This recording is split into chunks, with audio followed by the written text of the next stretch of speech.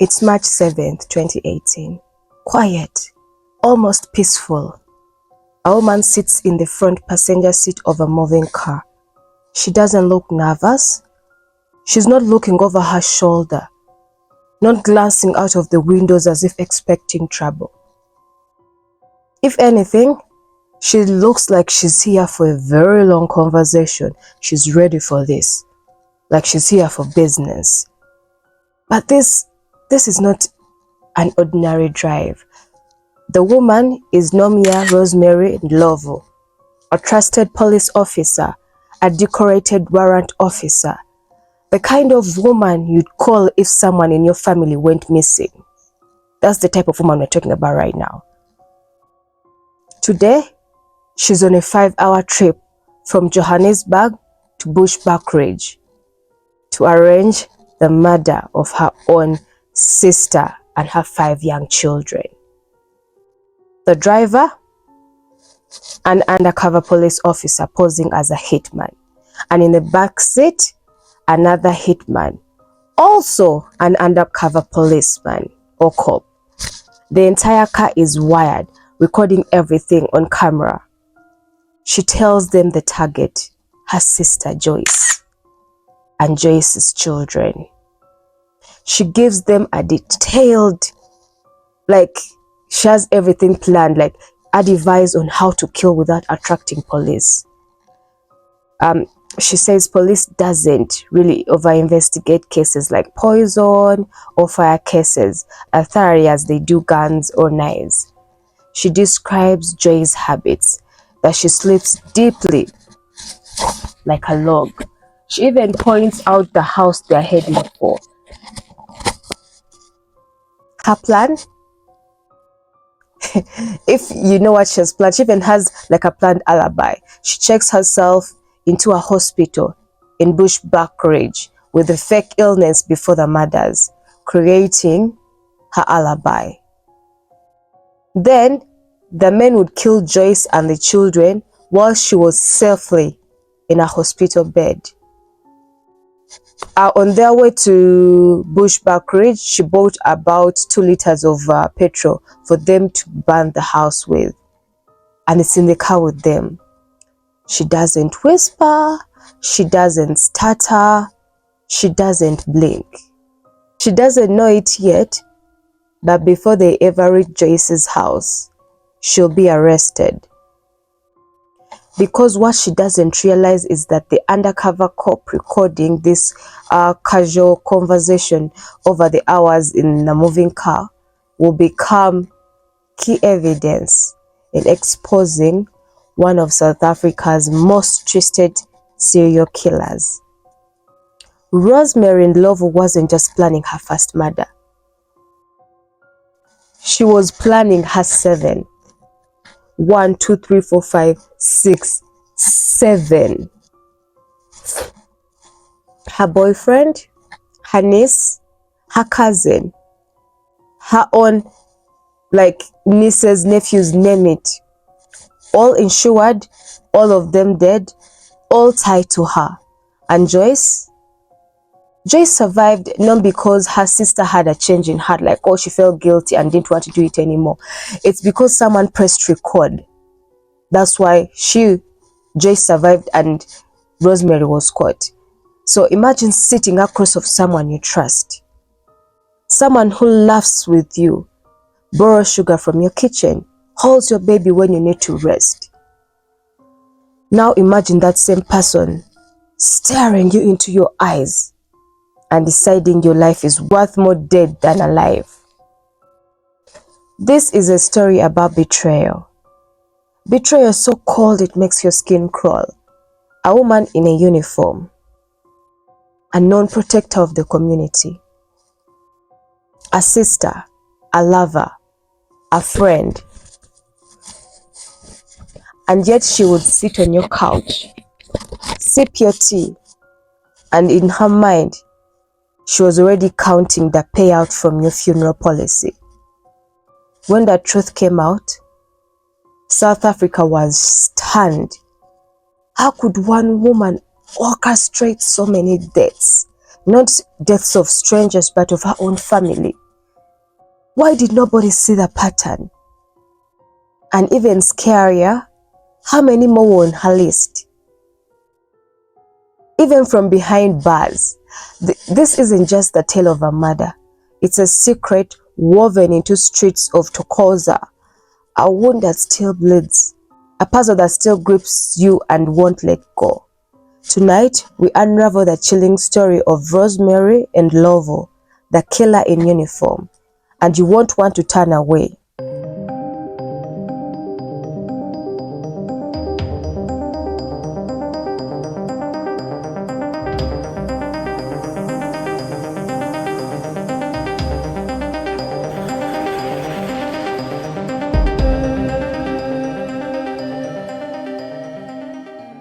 Before we step any further, a warning. This case includes details of multiple murders, insurance fraud, and exploitation of vulnerable family members. Some descriptions may be disturbing, and my goal with Beneath the Rift is not to sensationalize but to understand, to shine a light in the shadows and honor those who never got the chance to speak up for themselves.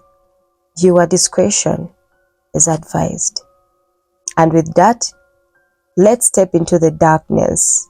Welcome to Beneath the Rift. I'm Rosemary, and today I'm taking you to Tokoza, a township east of Johannesburg, a place where neighbors knew each other's names, each other's children.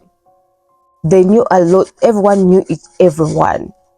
Children ran barefoot in the dust, and everyone believed a police officer was someone to trust. They never suspected Rosemary Ndlovu, but behind her smile, her calculated gestures, there was a plan. A plan to turn funerals into paydays, and even a prison cell couldn't stop her. This is the story of a killer in uniform. Let's start from the very beginning. Because monsters don't appear overnight. It's not like you're born a murderer. Something happens. Nomio Rosemary Ndlovu. She was born in 1978 in Bushbuckridge, Mpumalanga, a rural corner of South Africa where life was carved from struggle. Her childhood was steeped in poverty. Like so many in that region anyway, a lot of people grew up in poverty. Her father left when she was young, leaving her mother, Maria Mushwana, to raise her alone, like to raise Rosemary and her siblings on a cleaner's meager wages. Maria often worked far from home, gone for weeks to scrape together a few rand, leaving Rosemary to fend for herself in a house that often lacked electricity or even enough food. Those who knew Rosemary as a girl described her as quiet, almost invisible. She'd stand at the edge of a village playground, watching other kids with a gaze that seemed to see everything, but also reveal nothing. A neighbor told the city press that she was always there, but you'd forget she was, like a shadow. At school, she was your typical average kid. So, not a standout, but also not a troublemaker, just there. She was observant, picking up on people's weaknesses, their dreams, their secrets, name it. She didn't say much, she was just observing everyone around her. So when Rosemary finished high school, she craved stability, a way out of the poverty that had shaped her. And in 2004, at 26, she joined the South African Police Service, SAPS, as a constable and was stationed in Tembisa. Tembisa is a bustling township also near Johannesburg. It was a respectable job, one that came with a uniform, a paycheck, and a sense of authority. To her community, she was a success story, a woman who'd risen above her roots to protect and serve. Colleagues described her as professional, even charming. She'd laugh at their jokes, bring snacks to the station, and offer to help with paperwork. To neighbors in Tokozo, where she settled, she was the friendly cop who'd chat over tea, or maybe kinda help settle a dispute, small dispute around the area. But something shifted. 2 years later, by 2006, Rosemary began taking out funeral and life insurance policies, a practice she intensified by 2012. A 2021 news article noted her flashy clothes and frequent trips, hinting at financial strain. Some said it was greed. Others pointed to desperation for mounting debts. Credit cards, loans, a lifestyle beyond her sergeant salary. So whatever the trigger was, Rosemary found a way to turn her charm into a weapon.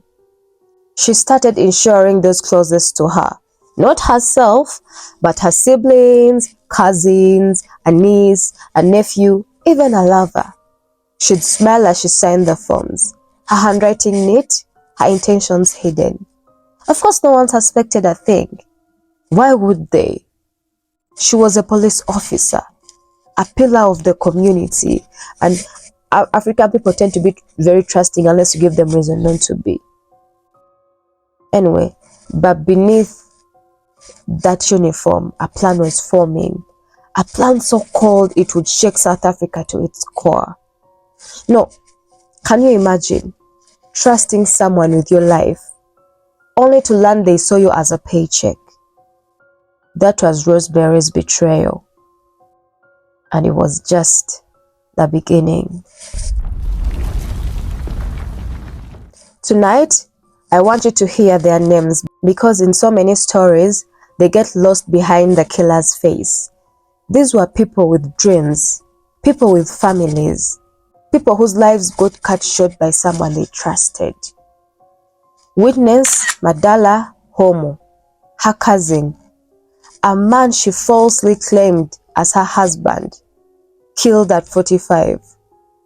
Audrey Somisa Ndlovu, her sister, a mother whose life ended too soon. Morris Hingwane Mabasa, her partner, a father dreaming of a better future.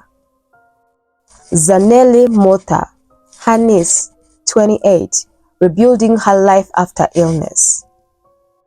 William Mashaba, also known as Mayeni Masaba, her nephew, just 25.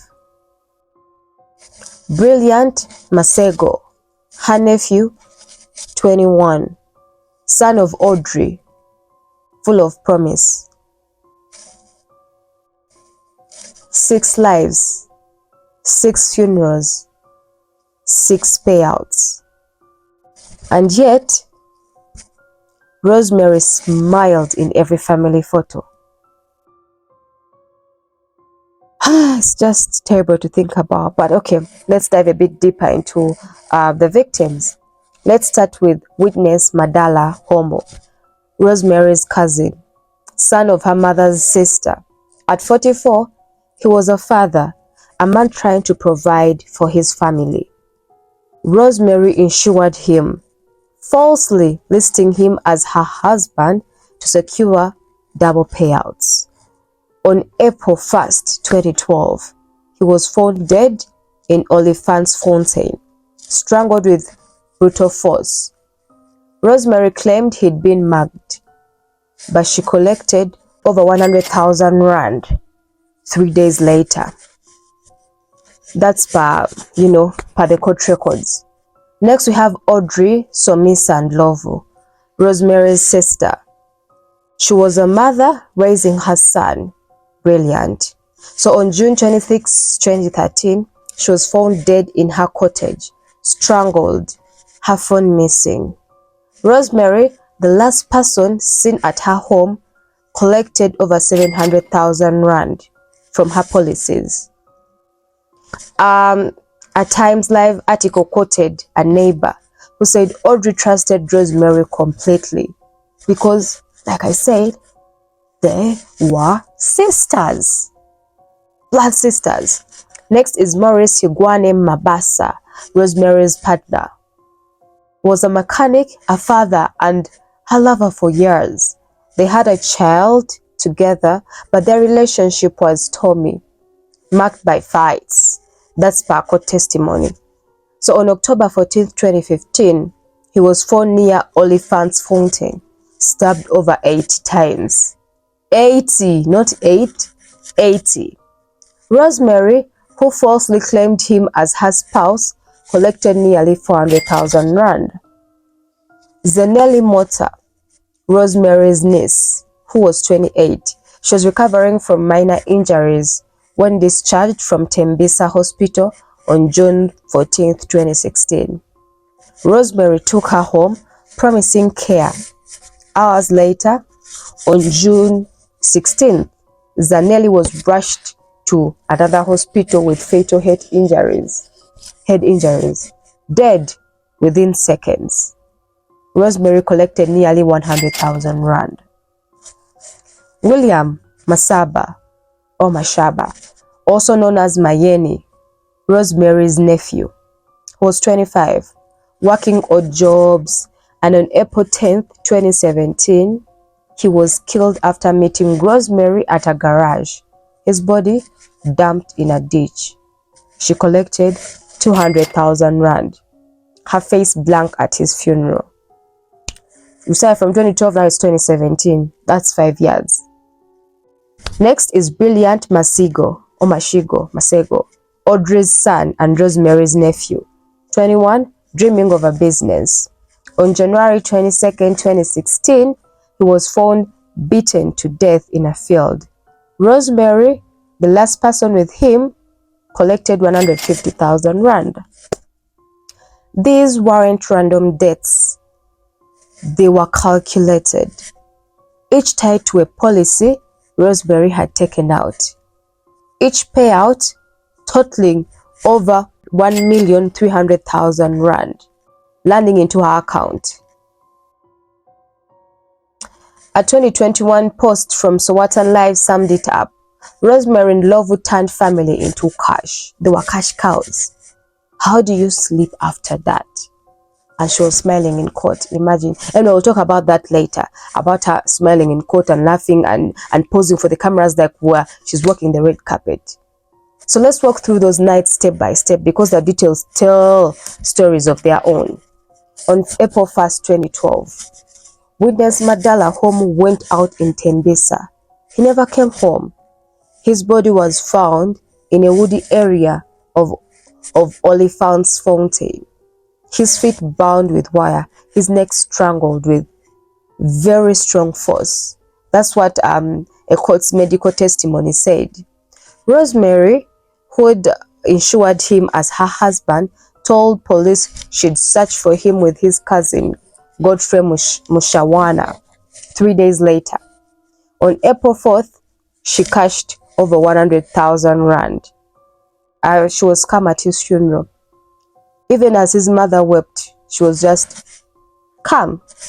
On June 26, 2013, Audrey Ndlovu was found dead in her cottage in Badimo's residence, strangled. Rosemary was seen leaving the cottage twice the previous day.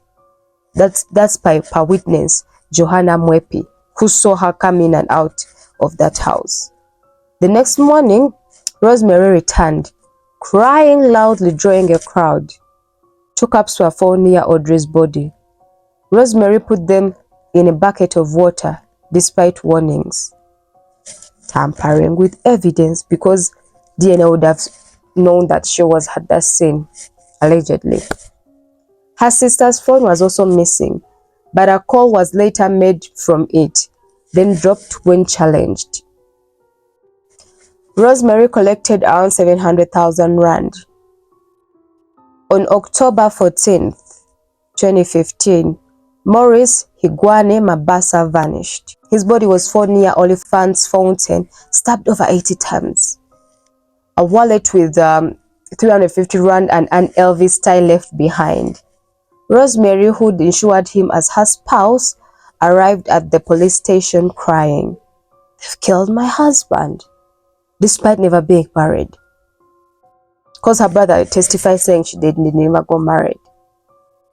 She collected nearly 400,000 rand. So a friend told Sowaten in 2021, Morris loved her, and he never saw that coming. I guess no one actually did. On June 16, 2016, Zanili Mota, Rosemary's niece, was rushed to a hospital at 1 a.m. brought by Rosemary. She had severe head injuries, far worse than her earlier minor injuries from Tembise Hospital. Within 8 seconds, doctors declared her dead. Rosemary claimed she'd found Zanile collapsed, but kept her hospital file against protocol. She collected nearly 100,000 rand. A nurse said Rosemary didn't cry. She just asked about the paperwork. Like a robot. No feelings whatsoever. The paperwork. Let's fill in the paperwork and get this done with. Allegedly. On 10th April 2017, William Masaba met Rosemary at a Caltex garage after a call. He never returned. His body was found in a ditch, beaten. Rosemary, his beneficiary, collected over 200,000 rand. A friend told court she'd reprimanded William for bringing others to their meetings. She wanted to meet him alone. So on January 22nd, 2016, Brilliant Mashigo, Rosemary's nephew, disappeared after traveling with her from Bushbuck Ridge to Gauteng, allegedly to submit a CV at the airport. They parted ways late at night. Rosemary claimed he'd stay with cousins. His body was found beaten in a field. She collected 150,000 rand. But as you can see, I've gone through them. Each death followed a pattern. A policy for an unnatural death, a payout, then a story from Rosemary that never added up. She was always nearby. Always nearby, driving the victim, caring for them, or the last to see them alive. Yet, for over 5 years, no one connected the dots. Not yet. In 2018, Rosemary's house of cards began to crumble. Insurance companies flagged her policies. Why did one woman keep collecting death benefits? 6 deaths, all tied to Nomia Rosemary Ndlovu, totaling over 1,391,263.24 million rand. At first, the cases seemed unrelated. Different victims, different causes, but Colonel Keishi Beneath Mabunda, based in Tembisa, saw a pattern. He pulled files from stations across Gauteng, Ivory Park, Tembise, and the same beneficiary, same phone number, same neat handwriting. Everything pointed to one person. At times, Life quoted Mabunda. She thought she was untouchable. That's what Mabunda said. Mabunda's team tapped her phone, catching her plotting more murders. Like the money she had gotten from the sickness was not enough. She needed more. In one call, she discussed killing her sister, Joyce, describing her location and clothes, laughing as if it were a deal, like a business deal, like, oh, we're going to sell some chickens or something like that. They raided her home, finding stacks of policies, victim IDs, and a notebook listing targets. She had a whole list. Rosemary had used her police station to deflect suspicion, assessing crime scenes, and steering inquiries. That came from a court testimony, by the way.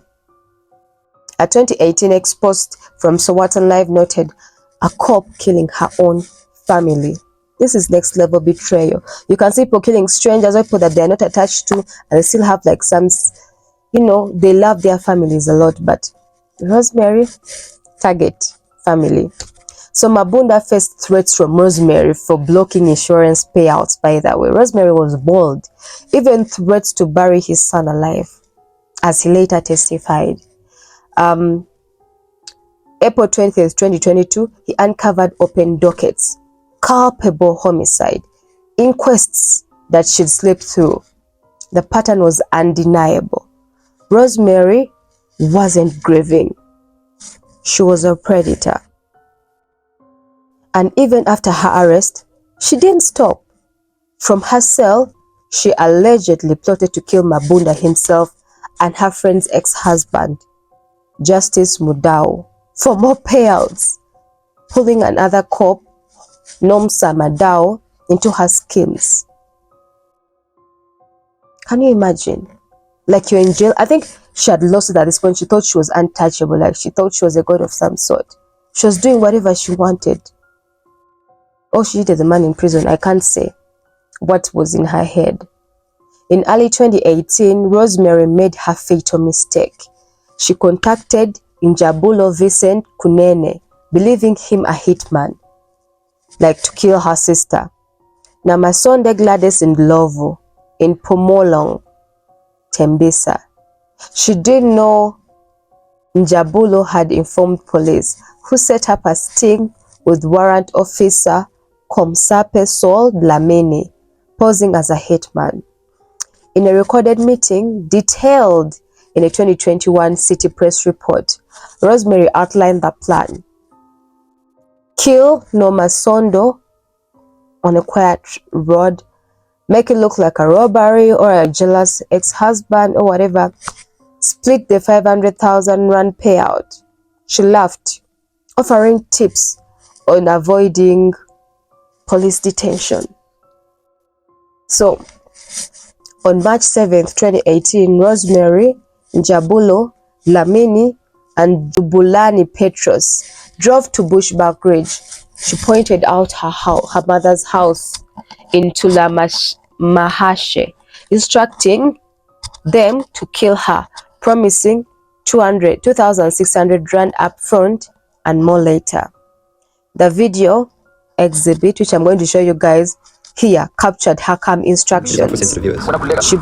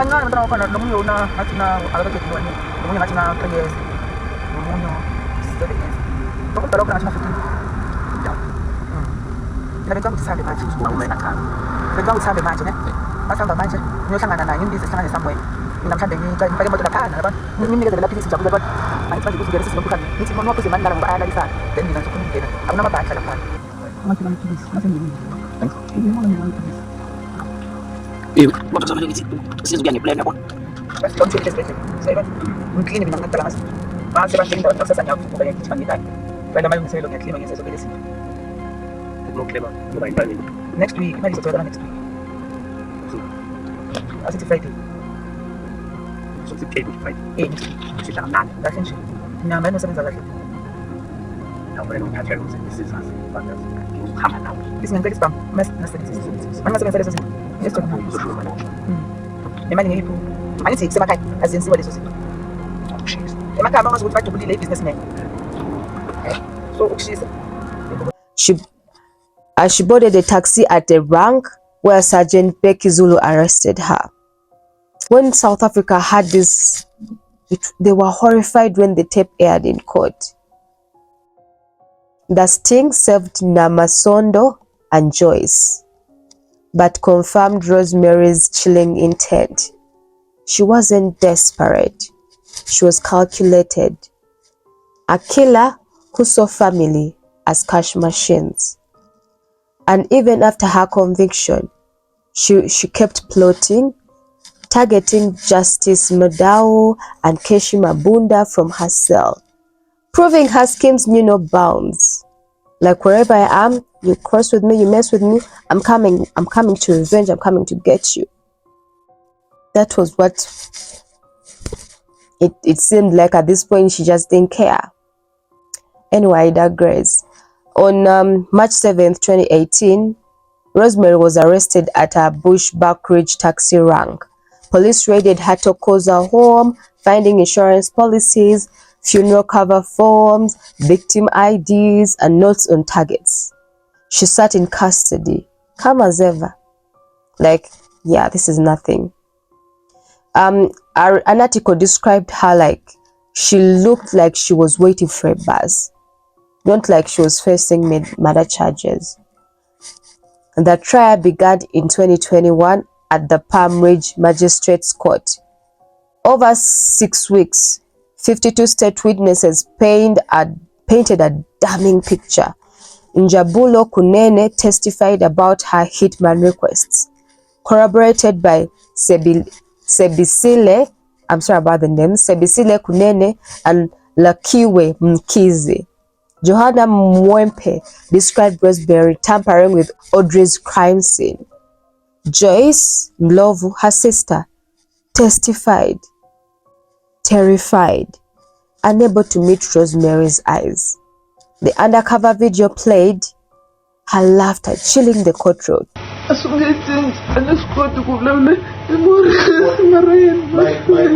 Andzela ku va ri va tele ku va secha munhu loyi va kuma ku una makhadi ka yena.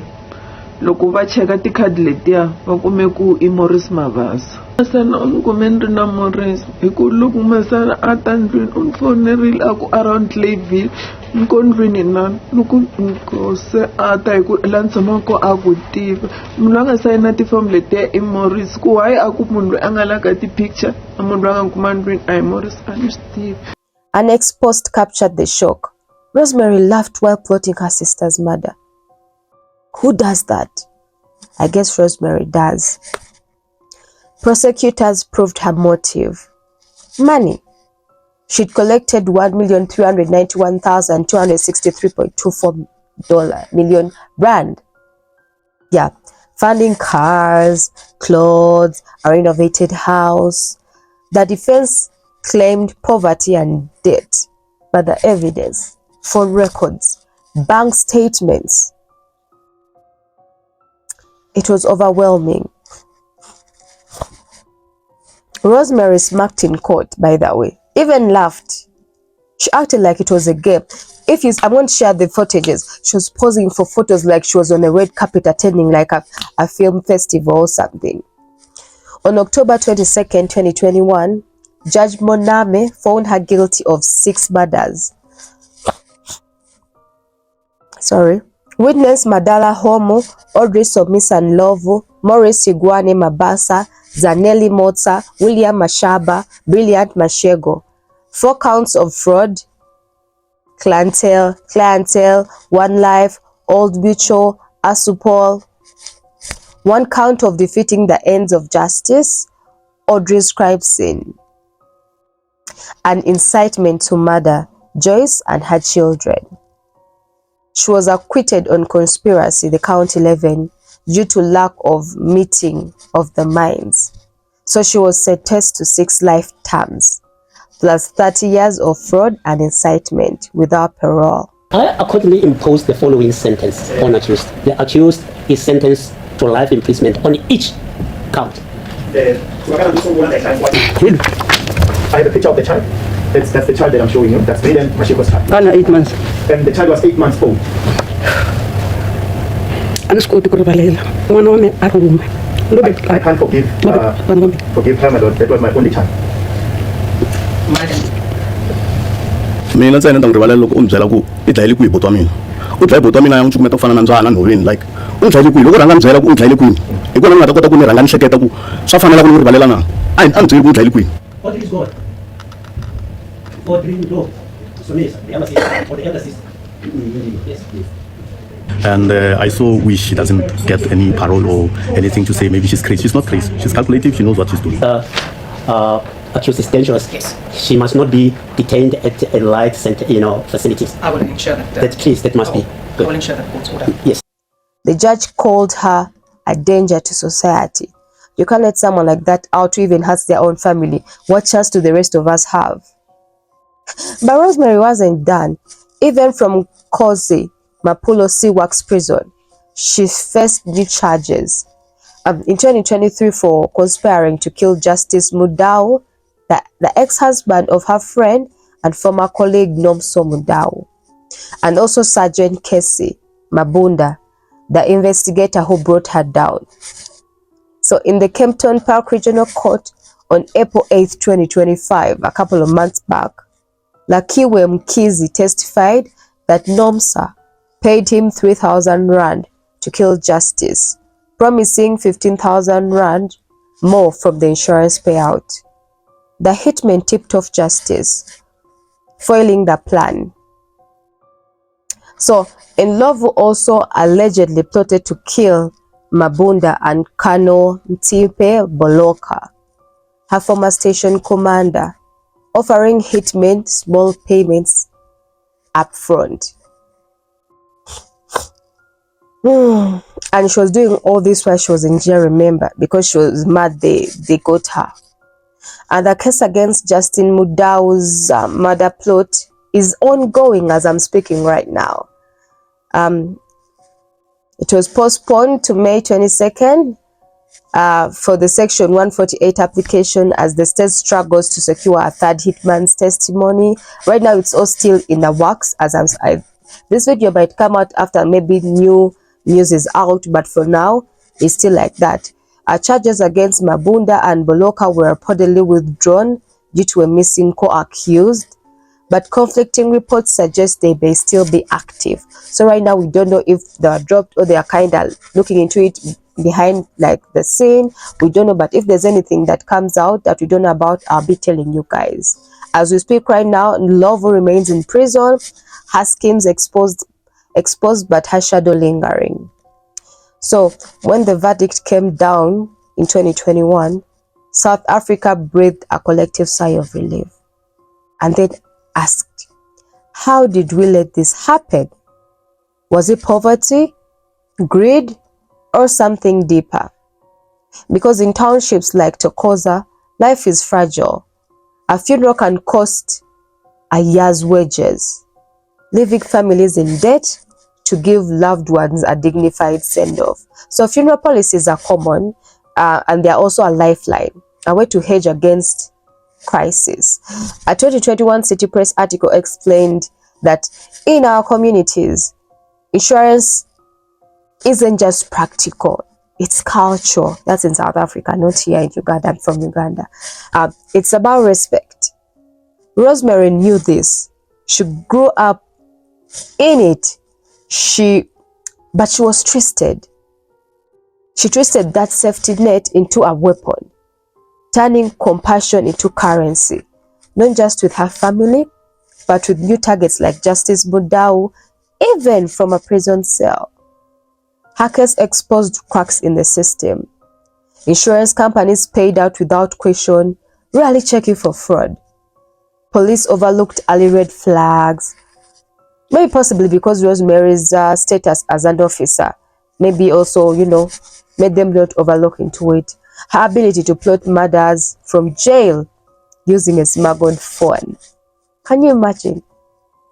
It showed that even behind bars, even behind, the bus couldn't contain her.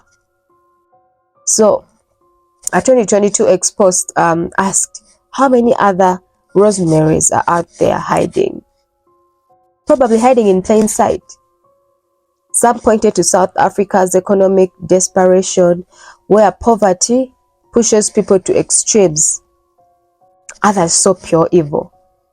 A woman who saw her family and now strangers as disposable. Rosemary's betrayal cut deeper because of her uniform. As a cop, she was meant to protect, not to prey. Her actions fueled distrust in SAPs. Already battered by corruption scandals, Rosemary's scandal just made it worse. targeting Keshi Mabunda, the man who stopped her. That was like a chilling act of defiance.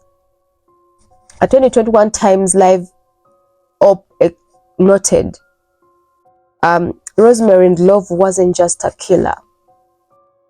She was a symbol of broken trust. In Tokoza, neighbors stopped looking at police the same way. Families double-check their insurance policies because who wouldn't? I would too, wondering who might be watching. But the deepest wound was personal. Joyce Ndlovu, who survived, lost her partner, witness, her sister, Audrey, and her niece, Zenele. She told Sawatan, "I love my sister. How do I forget this?" Justin Mudau, spared by the hitman's betrayal, lives with the knowledge his ex-wife and Rosemary kinda plotted his death. Keshi Mabunda carries the weight of threats against his family, yet continues his work, even arresting another insurance killer in 2023. But that's a story for another video, right? Not for this one. The families of Morris, William, and Brilliant carry the same pain. Their trust shattered by a woman they called their kin.